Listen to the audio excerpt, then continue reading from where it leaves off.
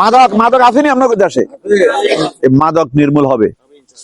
যুবকদেরকে কর্মসংস্থানের ব্যবস্থা করা হবে, বেকারদেরকে, যারা বেকার, বেকারত্বের কারণে তারা নানান ধরনের অপকর্ম করে, খারাপ কাজ করে না, কি পকেটে টাকা নেই, তো রোজগার নাই, টাকা নাই, কাজ নাই, কর্ম নাই।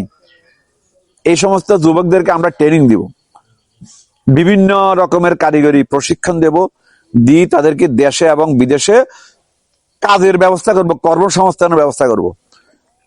মহিলা যারা আছেন, বেকার মহিলা আছে না, শুধু গৃহিণী, বাচ্চা দেয়ার, কাপড় চোপড় দোয়, ঘরের ঘর মোছে, এছাড়া মহিলার আর কাজ কি? এগিন কইছি, এগিন করতে হবে, পুরো দিন শেষ হয়ে যায়। তো এই মহিলারা যদি সংসারের কিছু কাজের সহযোগিতা করতে পারে, কেমন, তাহলে পরিবারের জন্য সাহায্য না? হ্যাঁ, এক নম্বরে তাদেরকে সিলাই প্রশিক্ষণ দিয়া, বিভিন্ন বাঁশ বেত, কুটির শিল্পের, হস্তশিল্পের প্রশিক্ষণ দিয়ে তাদেরকে কর্মসংস্থানের ব্যবস্থা করা হবে। এছাড়া তাদেরকে নিয়ে ইউনিটি গঠন করা হবে, গ্রামীণ ব্যাংকের মতো। গ্রামীণ ব্যাংক তো সুদ নেয়, জামাত ইসলামী সুদ নিত না।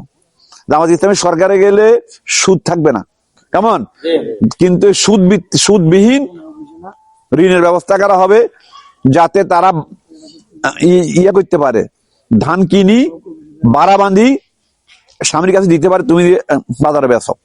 মহিলা ঘরের ভিতরে কিনবো, ধান সিদ্ধ করব, শুকাইব, শুকাই চাল টাইল করি, তারপর স্বামীরে দিব, এবার এগুন বাজারে বেচো। দিনে করব কাজকর্ম, বিকেল বেলা যাই বাজারে চাল বেচবো কত। তাহলে এইভাবে করলে সংসারে অভাব থাকবে? অভাব থাকবে না।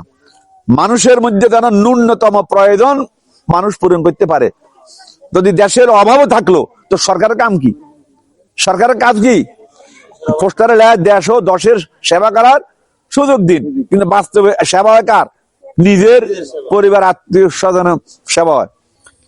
তাই প্রিয় ভাইরা, আগামী দিনে জাতীয় সংসদ নির্বাচনে আপনার জামাত ইসলামীর দাঁড়িপাল্লা মার্কা ভোট দিবেন, কেমন?